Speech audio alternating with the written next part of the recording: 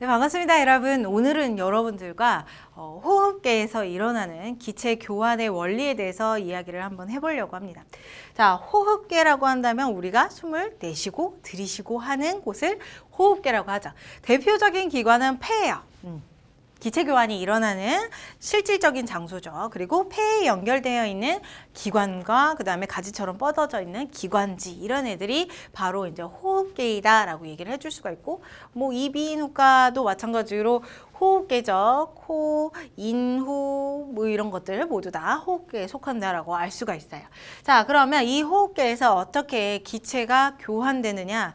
기체의 교환 원리가 가장 핵심이고요. 원리가 어떤 원리인지 알아두는 게 가장 핵심이고, 그 원리를 통해서 어느 방향으로 기체들이 이동되는지 알아두시면 될 것 같습니다.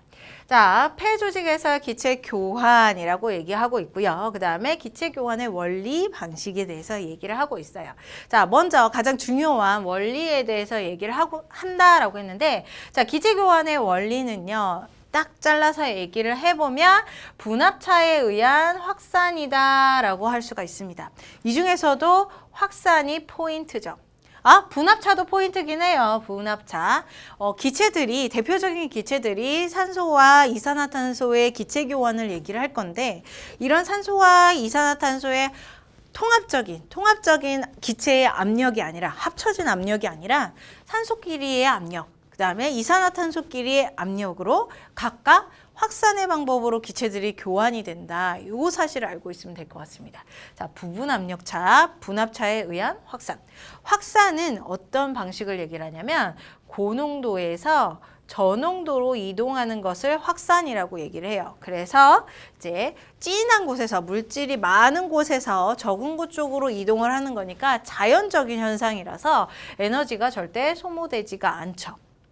그래서 에너지는 소모되지 않으면서 고농도에서 저농도로 기체들이 이동을 하는데, 앞에서도 얘기했듯이 산소와 이산화탄소의 통합적인 압력이 아니라 각각 기체들마다의 압력이다라고 얘기를 해줄 수가 있다는 거죠. 자, 이 그림을 가지고 다시 예를 들어서 설명을 해보겠습니다. 자, 기체들은요, 예를 들어서 일단 기체가 어느 방향으로 이동을 하는지 먼저 얘기를 한번 해볼게요. 자, 기체를 내가 들이마시고 내쉴 때 산소는 몸으로 집어넣고 이산화탄소는 몸 밖으로 내보내는 이유는 내 몸 안에서, 깊숙한 그곳에서 세포호흡을 해서 에너지를 얻기 위함이에요. 세포호흡에 사용됐던 기체를 생각을 해보면 산소가 사용이 됐고요. 세포에서 미토콘드리아가 있고, 그 미토콘드리아가 산소를 먹었죠. 산소랑 영양소를 먹어서 세포호흡을 해서 에너지를 만들었어요.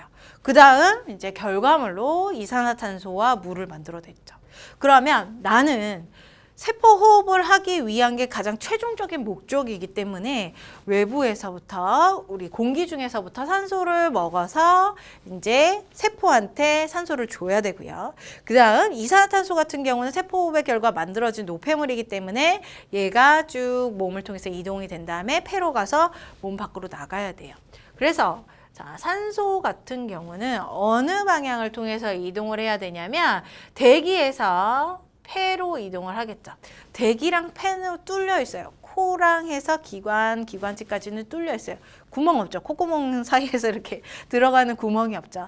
뚫려 있는 상태, 대기와 뚫려 있는 상태. 그래서 산소가 막 이동할 수 있는 상태. 그래서 폐는 그냥 대기다라고 생각을 해줘도 될 정도로 무방하고, 자, 폐에서부터 세포로 산소가 이동이 돼야 돼요. 그래서 모세혈관을 거쳐서 이제 어디로 갈 거냐면 조직세포로 가게 됩니다. 산소의 이동 경로예요. 그리고 이 조직세포에서 이제 세포 호흡을 하게 되는 거죠. 여기에서 세포 호흡을 하는 게 최종 목표라는 거예요.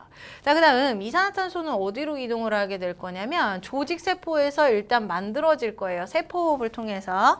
세포호흡을 통해서 만들어졌는데 얘는 노폐물이란 말이야. 그래서 얘는요, 다시 대기 중으로 나가야 되겠죠. 그래서 이 과정을 거꾸로 거치는 겁니다. 모세혈관을 통해서 어디로 갈 거냐면 폐로 갔다가 이제 대기 중으로 나가는 거죠. 자, 이 과정을 할 건데요. 무조건 산소는요, 폐를 통해서 모세혈관 안쪽으로 들어가야 되고, 이산화탄소는 모세혈관에서 폐로 나가야 돼요. 공기 중으로 나가야 된다고요. 자, 그런데 여기에서 부분 압력 차이에 대한 확산이 아니라 산소와 이산화탄소 모든 대기의 기체들의 압력과 그 다음에 몸 안에 있는 압력, 그 모든 압력들을 합친 그 농도의 차이에 의한 확산이라고 생각을 해보면 어떤 결과가 나오는지 한번 볼게요. 자, 여기에서 폐포에서 산소의 압력이 100, 그 다음에 이산화탄소가 40, 합이 140이죠. 140이요. 100과 40의 더하기는 합이 140이니까요. 자, 그 다음에 이제 요렇게 했을 때 폐포랑 만나는 혈액이 정맥혈이에요. 자, 정맥혈, 동맥혈 봤을 때 정맥혈 같은 경우는 두 개의 합이 산소와 이산화탄소의 합이 90이에요. 자, 그러면 산소와 이산화탄소의 합에 의한 이제 농도 차에 의한 확산이면 무조건 폐포에서 혈액 쪽으로 고농도에서 저농도로 확산이 돼야 됩니다. 누가? 산소도 이산화탄소도 모두 다. 산소도 몸 안으로 확산돼야 되고요. 이산화탄소도 몸 안으로 확산이 돼야 돼요. 그런데 산소는 몸 안으로 확산이 되는 게 맞지만 이산화탄소 같은 경우는 몸 안으로 확산이 되면 안 되죠. 이산화탄소는 무조건 대기 중으로 나가줘야 된다고요. 그래서 자, 우리 기체의 원리는요. 무조건 각각의 우와 다 지워졌어.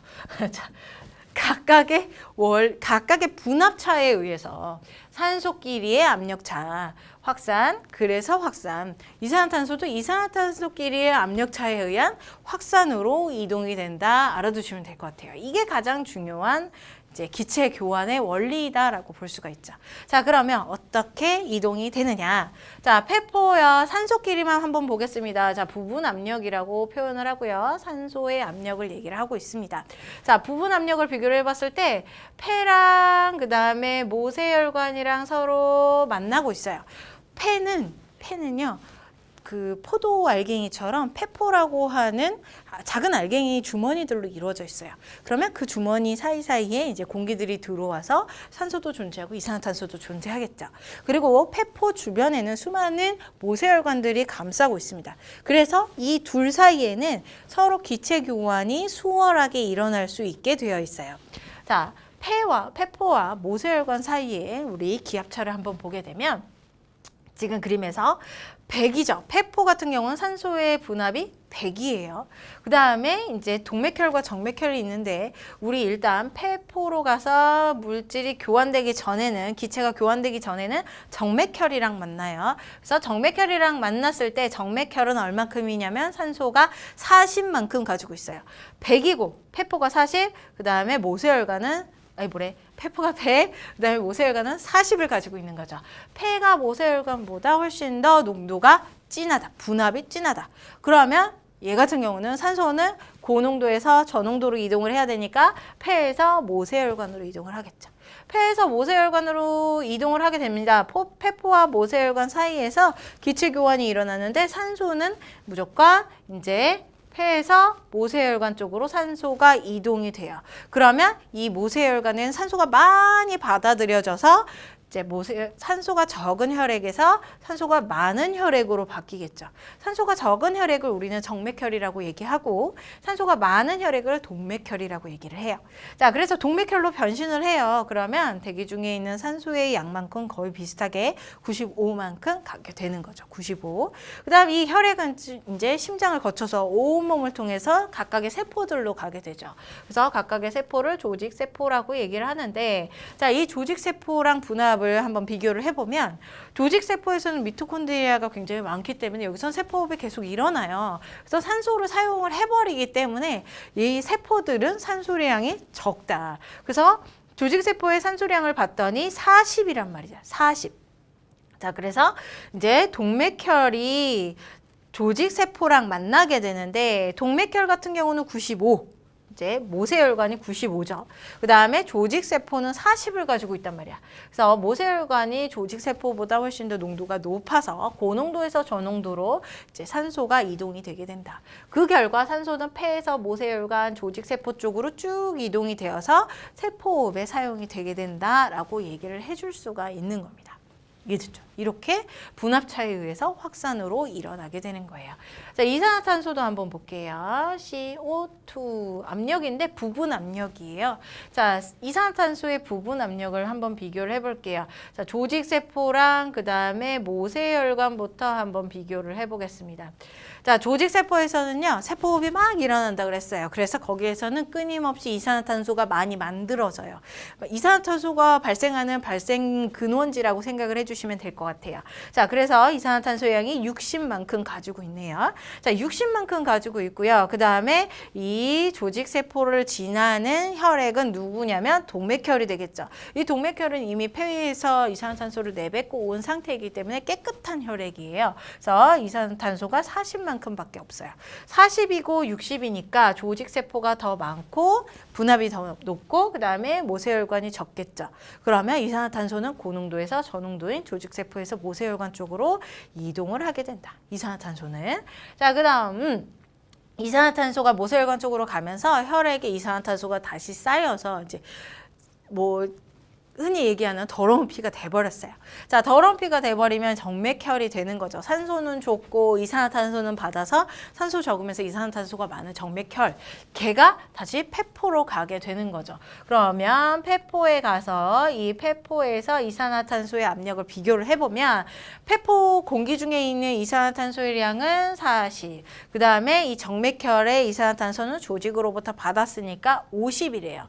그러면 모세혈관이 훨씬 더 높고 그 다음에 폐포가 적기 때문에 모세혈관에서 폐포 쪽으로 이산화탄소가 이동.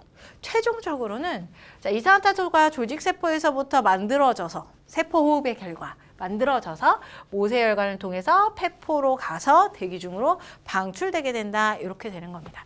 기체교환의 원리 분합차에 의한 확산 방법을 통해서 산소와 이산화탄소가 각각 이동이 되는 방향이 달라지게 되는 거예요. 자, 요 정도까지 여러분들이 알고 있으면 기체 교환의 원리를 알 수가 있는 거고요. 추가적으로 여기에 표현되어 있기 때문에 얘기를 한번 해보겠습니다. 자, 세포호흡은 조직세포에서 일어나는 에너지를 만드는 과정을 우리는 세포호흡이다라고 얘기를 해요. 그러면 폐에서 일어나고 그 다음에 조직세포에서 일어나는 기체 교환은 우리가 무슨 호흡이라고 얘기를 하느냐. 일단 폐포와 모세혈관 사이에서 일어나는 이 기체 교환이요. 여기에서 일어나는 기체 교환, 여기서 말하는 거죠. 여기에서 일어나는 기체 교환은 가장 바깥쪽에서 일어나는 호흡 기체 교환이기 때문에 외호흡이라고 얘기를 해요. 외호흡, 폐포와 모세혈관 사이의 기체 교환을 이야기를 하는 겁니다. 자, 그 다음 이제 조직세포로 가게 되죠. 조직세포와 모세혈관 사이에서도 계속 호흡이 일어나게 되죠. 기체 교환이. 그러면 얘는 몸속 깊숙한 곳에서 일어나는 기체 교환이기 때문에 뭐라고 부를 거냐면 내호흡이라고 부를 거예요. 그래서 생명과학에서 얘기하는 호흡은 세 개가 존재하는 겁니다. 앞에서도 얘기했듯이 세포호흡은 조직세포 안에서 일어나는 ATP, 에너지가 만들어지는 과정을 세포호흡. 그 다음 우리 폐포와 모세혈관 사이에서 일어나는 기체 교환을 우리 외호흡이라고 얘기하고요. 그 다음에 우리 조직세포와 모세혈관 사이에서 일어나는 기체 교환을 내호흡이라고 얘기를 한다는 거죠. 그냥 호흡 얘기를 하면 우리가 공부하기 전까지는 그냥 들숨 날숨을 호흡이라고 생각을 했지만 이제는 그냥 호흡이다 하면은 세포호흡을 생각을 해줘야 돼요. 조금 더 중요한 호흡이기 때문에. 그리고 얘네들은 굳이 분리해서 얘기를 해본다면 기체 교환이다 라고 얘기를 한다는 거죠. 생명과학에서는. 오케이? 자, 오늘의 이론은 여기까지. 그러면 이걸 가지고 문제를 한번 풀어보도록 하겠습니다. 자, 문제로 가죠. 자, 빨강색. 자, 그림은 사람의 몸의 일부를 얘기를 하고 있고요. 여기에는 폐가 있는데 폐들은 포도 알갱이처럼 폐포라고 하는 작은 공기주머니로 이루어져 있다라고 얘기했잖아요. 자, 폐포가 이렇게 공기주머니가 있고 그 주변을 모세혈관들이 감싸고 있어요. 그래서 이 둘 사이에서는 기체교환이 활발하게 일어날 수가 있다고요. 자, 그래서 기체교환이 일어나는 것을 얘기를 할 것이고요. 아미노산이 세포호흡을 거쳐서 분해되는 과정을 여기서는 얘기한다라고 얘기하고 있습니다. 자, 그리고 기억, 니은, 이산화탄소와 산소이고 A는 기관이다 라고 얘기하고 있는데 하나씩 풀어보도록 할게요. 일단 나부터 얘기를 해보면 세포호흡이 일어날 거예요. 세포호흡은 포도당만 가지고 일어나는 게 아니라 탄단지 모두 가지고 일어날 수가 있다라고 얘기했죠. 자, 그래서 세포호흡에서 누구를 사용할 거냐면 이번에는 아미노산을 사용을 할 건데 이 아미노산은 C, H, O, N으로 이루어져 있죠.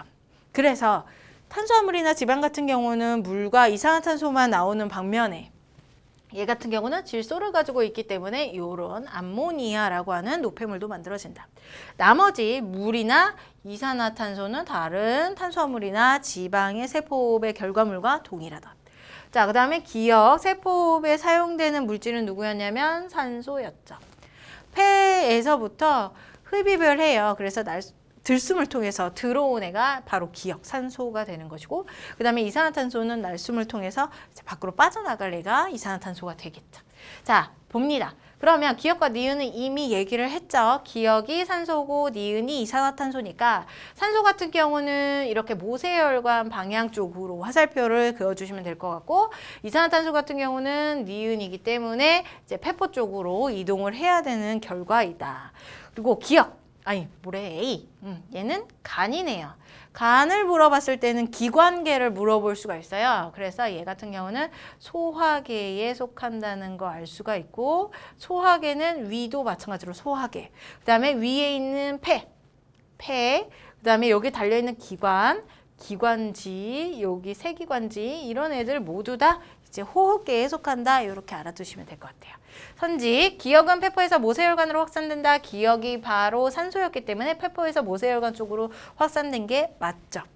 자, 그 다음 니은은 이산화탄소이다. 맞는 말이고요. A에서 암모니아가 요소로 전환된다. 소화계인 간에서 암모니아가 여기 있는 암모니아가 이제 독성이 높기 때문에 얘가 폐가 아니죠. 간에 가서 독성이 없는 요소로 이제 전환이 되고 그 이후에 콩팥에 가서 오줌의 형태로 배설되게 됩니다. 자, 암모니아가 요소로 간에서 전환된다. 맞는 말. 기억, 니은, 디귿이 정답이네요. 5번이 정답입니다. 자, 얘 같은 경우도 마찬가지로 다른 기관계들이요. 소화계, 배설계, 순환계와 마찬가지로 통합적으로 다른 기관계들이랑 같이 연결해서 문제에 주로 나오고 있는 게 추세예요. 요즘 추세가 바로 통합이잖아요. 자, 그래서 여러분들 통합적인 학습을 하시고 문제를 풀어보시면서 이제 이런 거 세세한 것까지도 까먹지 않는 연습을 하셔야지 좋은 성적을 받으실 수 있을 거라고 생각이 됩니다. 자, 오늘은 여기까지 하도록 하죠. 수고 많이 하셨습니다.